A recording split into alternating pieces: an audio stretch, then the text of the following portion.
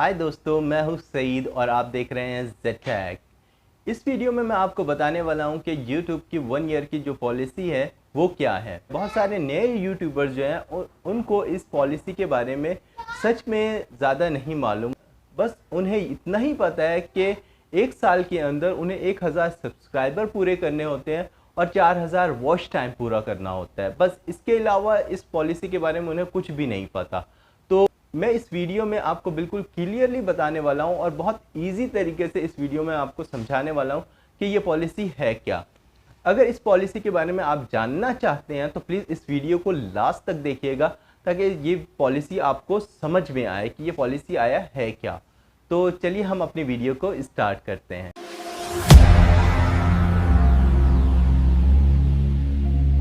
दोस्तों, जब कोई नया यूट्यूबर्स अपना चैनल क्रिएट करता है तो सबसे पहले वो एक बात को मद्देनज़र रखता है कि उससे सिर्फ 1000 सब्सक्राइबर चाहिए और 4000 वॉच टाइम चाहिए, वो भी 1 साल में।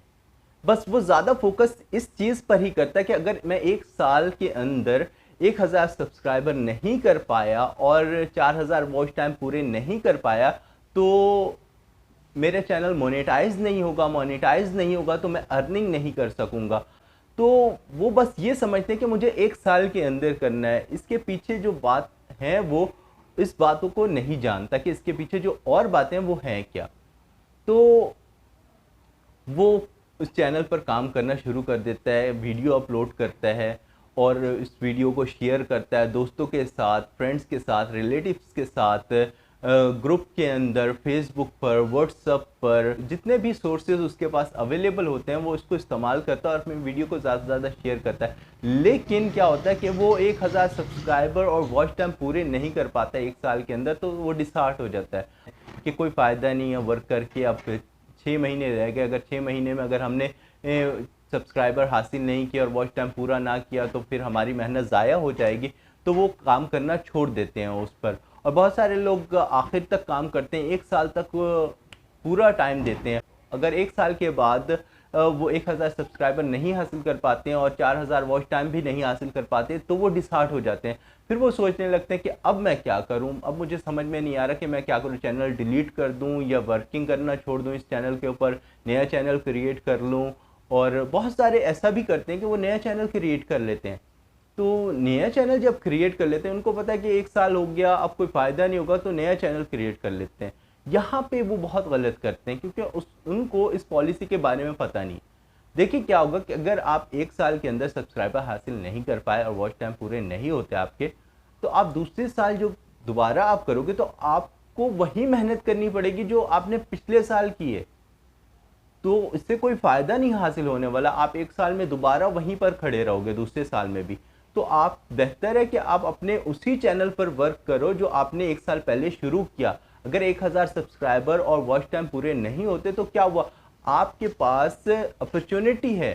तो अब मैं आपको बताने वाला हूँ कि वो अपॉर्चुनिटी है क्या आपके पास, जो यूट्यूब आपको कहता है कि यूट्यूब, और हम जो गलत समझते हैं वो ये है कि यूट्यूब ने हमें कभी नहीं कहा कि आपको सब्सक्राइबर पहले साल के अंदर ही चाहिए और वॉच टाइम, ये दोनों चीज़ें आपको पहले साल के अंदर ही चाहिए।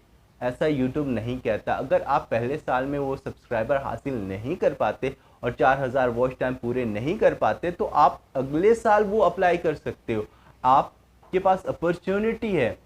अब अगले साल में ये होगा कि अब अगले साल जो भी वीडियोस आप डालोगे और जो भी सब्सक्राइबर आएंगे वो न्यू साल में काउंट होंगे, और न्यू साल में जब काउंट होंगे तो वो 1000 आपके काउंट होंगे अगर न्यू साल के अंदर, तो ही आपका चैनल मोनेटाइज होगा। और अगर 4000 वॉच टाइम पूरे होते हैं तो इससे ये फ़ायदा होगा कि आपके वॉच टाइम जो है ना, पिछले जो वॉच टाइम है, जो भी वॉच टाइम आपके पिछले साल में थे वो इस साल तो काउंट नहीं होंगे। लेकिन जो पिछले साल की वीडियोस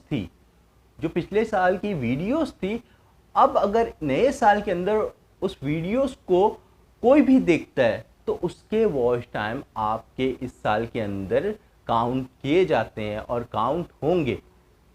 लेकिन पिछले वाले तो काउंट नहीं होंगे जो पिछले वॉच टाइम थे आपके। लेकिन अब जब इस साल के अंदर जो भी आपकी वीडियो को देखेगा तो वो वॉच टाइम आपके काउंट किए जाएंगे। तो इसलिए बेनिफिट्स है आपके पास कि उस बहुत सारे आपने वीडियोस बनाए होंगे पिछले साल के अंदर, तो अब इस साल के अंदर उस वीडियोस को जो भी देखेगा आपके वॉच टाइम काउंट हो रहे हैं।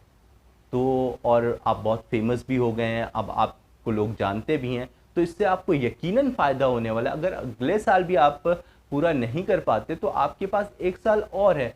मतलब ये है कि सिंपल सी बात है कि आपको ये टारगेट एक साल के अंदर पूरा करना है। अब वो कोई सा भी साल हो सकता है। आपने पहले साल में कर लिया तो अच्छी बात है, नहीं कर पाए तो दूसरा साल, दूसरे साल में नहीं कर पाए तो तीसरा साल। मतलब ये जो आपका जो टारगेट है 1000 सब्सक्राइबर का और 4000 वॉच टाइम का, इस टारगेट को आपने कोई भी एक साल के अंदर पूरा करना है।